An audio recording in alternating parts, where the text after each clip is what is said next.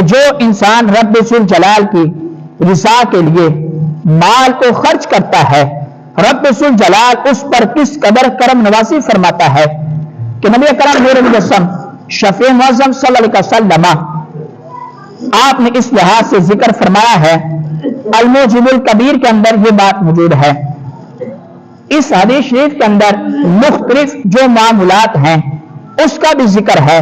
کہ جس سے پیارے محبوب علیہ السلام آپ نے منع فرمایا۔ حضرت عبیدہ بن عمیر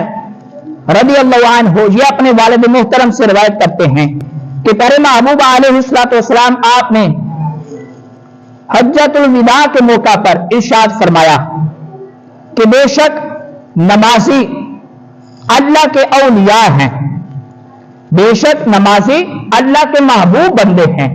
یعنی کہ جو رب ذوالجلال نے انسان پر 5 وقت نماز فرض کی ہے، جب انسان اس کو باقاعدگی کے ساتھ اس کی ذمہ داری کو پورا کرتا ہے، اپنی ذمہ داری سمجھ کر اس عمل کو پورا کرتا ہے کہ جب اس کو رب کے گھر سے آواز آتی ہے سب کچھ چھوڑ چھڑا کر رب کی بارگاہ میں حاضر ہو جاتا ہے،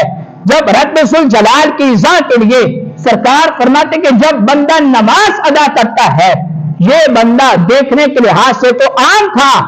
لیکن جب یہ رب کی رضا کے لیے نماز ادا کرتا ہے، رب ذوالجلال اس انسان کو اپنا محبوب بنا لیتا ہے۔ اور پھر آگے سرکار علیہ السلام آپ نے ذکر فرمایا کہ وہ جس نے رب ذوالجلال کی رضا کے لیے 5 وقت نماز قائم کی، یعنی کہ 5 وقت نماز ادا کرے اور پھر رمضان کے روزے رکھے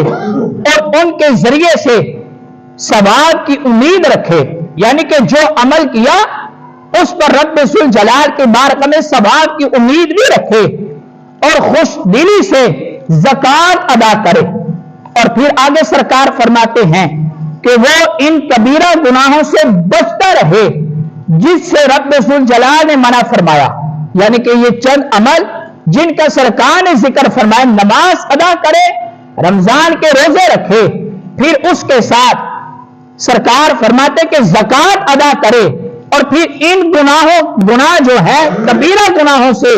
بچتا رہے جس سے رب ذوالجلال نے منع فرمایا ہے۔ تو صحابہ نے عرض کیا کہ یا رسول اللہ صلی اللہ علیہ وسلم وہ عمل کون سے ہیں کہ جس سے رب ذوالجلال نے منع فرمایا ہے؟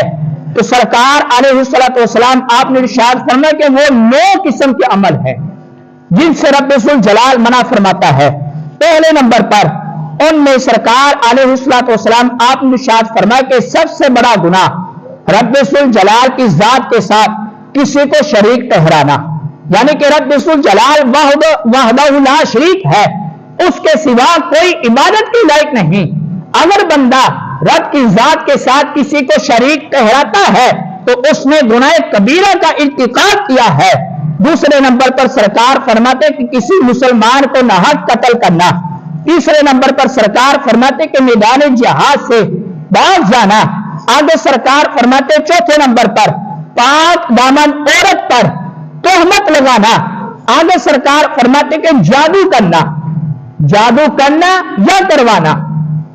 اور پھر آگے سرکار فرماتے ہیں یتیم کا مال کھانا۔ آگے سرکار فرماتے کہ سود کھانا، مسلمان والدین کی نافرمانی کرنا۔ اس لحاظ سے ان چند چیزوں کا ذکر فرمایا اور آخر میں سرکار فرماتے ہیں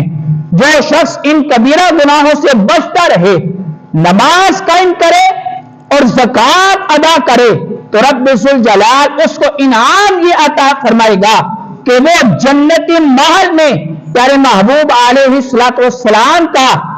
رفیق ہوگا، یعنی کہ سرکار کا پڑوسی ہوگا۔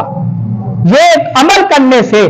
اور ان گناہ کبیرہ جو گناہ ہیں ان سے بچنے سے رب ذوالجلال اس بندے پر یہ کرم نوازی فرمائے گا کہ پیارے محبوب علیہ السلام آپ کا رب ذوالجلال پڑوس عطا فرما دے گا۔